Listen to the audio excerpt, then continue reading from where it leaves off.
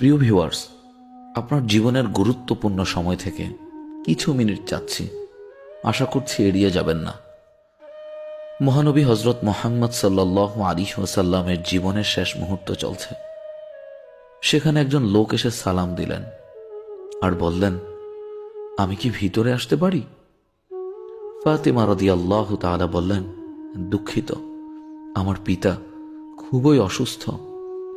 ফাতিমা রাদিয়াল্লাহু তাআলা দরজা বন্ধ করে আল্লাহর রাসূল সাল্লাল্লাহু আলাইহি ওয়াসাল্লামের কাছে গেলেন। বিশ্বনবী হযরত মুহাম্মদ সাল্লাল্লাহু আলাইহি ওয়াসাল্লাম বললেন, কে সে লোক?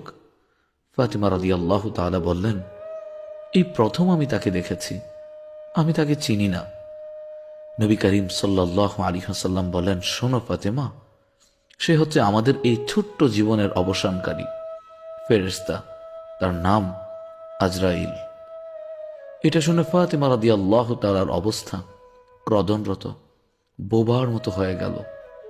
আল্লাহর রাসূল বললেন, হে জিবরাইল, আমার উম্মতের কি হবে? আমার উম্মতের নাজাতের কি হবে? তখন জিবরাইল আলাইহিস সালাম বললেন, হে আল্লাহর রাসূল, আপনি চিন্তা করবেন না। আল্লাহ ওয়াদা করেছেন আপনার উম্মতের। মৃত্যুর ফেরেশতা ধীরে ধীরে আল্লাহর রাসূলের সামনে এলেন জান কবজ করতে। মালাকুল মউত আজরাইল আরো কাছে এলেন, ধীরে ধীরে আল্লাহর রাসূলের জান কবজ করতে থাকে। পাশে দাঁড়িয়ে থাকা জিবরাইল আল্লাহর রাসূল সাল্লাল্লাহু আলাইহি ওয়াসাল্লাম বললেন গুঙ্গানির সাথে, ও জিবরাইল, এটা কেমন বেদনাদায়ক জান কবজ করা। ফাতিমা রাদিয়াল্লাহু তাআলা তার চোখ বন্ধ করে ফেললেন। আলী রাদিয়াল্লাহু তাআলা তার দিকে উপর হয়ে বসলেন। জিবরাইল আলাইহিস সালাম তার মুখটা উল্টো দিকে ফিরিয়ে নিলেন। আল্লাহর রাসূল বললেন, হে জিবরাইল, তুমি মুখটা উল্টো দিকে ঘুরালে কেন? তুমি কি আমার প্রতি বিরক্ত?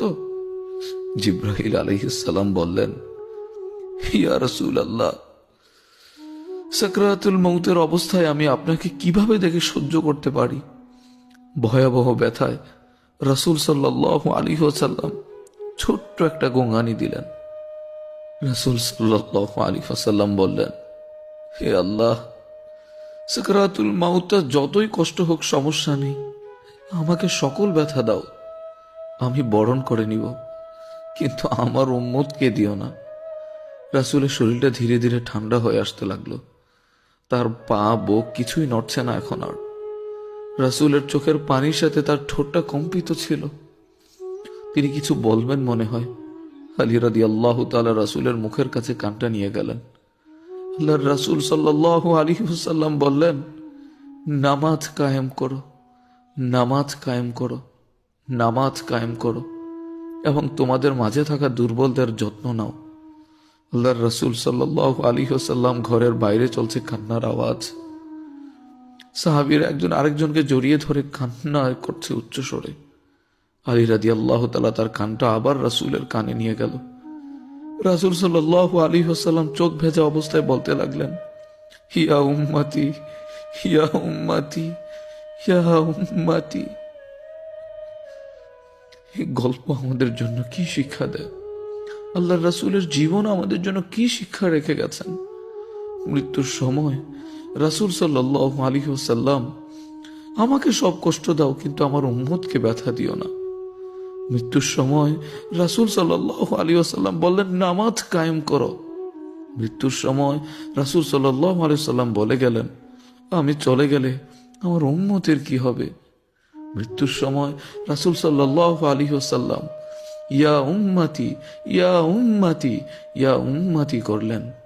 এখন নিজেকে প্রশ্ন করুন, আমরা এমন একজন নবীর উম্মত হয়ে নামাজ কেন আদায় করি না? শ্রেষ্ঠ নবী হযরত মুহাম্মদ সাল্লাল্লাহু আলাইহি ওয়াসাল্লাম দয়াময় আল্লাহর কতই না প্রিয় ছিলেন। তিনি ছিলেন আল্লাহর বন্ধু। তিনি যদি মৃত্যুবরণ করার সময় এমন কষ্ট পান, আমাদের কি হবে? আল্লাহ তাআলা আমাদের সবাইকে বুঝার তৌফিক দান করুন, আল্লাহুম্মা আমিন। প্রিয় বন্ধুরা, আশা করি এই ভিডিওটি শেয়ার করবেন। বিশ্বনবীর জীবনী অন্যরাও জানতে পারবে। আপনি শেয়ার করবেন, অন্যরাও বিশ্বনবীর জীবন জানবে। কে জানে, হয়তো এই একটি গল্পে অন্য একজন মুসলিম ভাইয়ের জীবনটা পরিবর্তন হয়ে যেতে পারে। মহান আল্লাহ আমাদের সবাইকে কবুল করুন, হারাম পথ থেকে বিরত রাখুন, আল্লাহ এবং আল্লাহর রাসূলের আদর্শ অনুযায়ী জীবন যাপন করার তৌফিক দান করুন। আল্লাহুম্মা আমিন।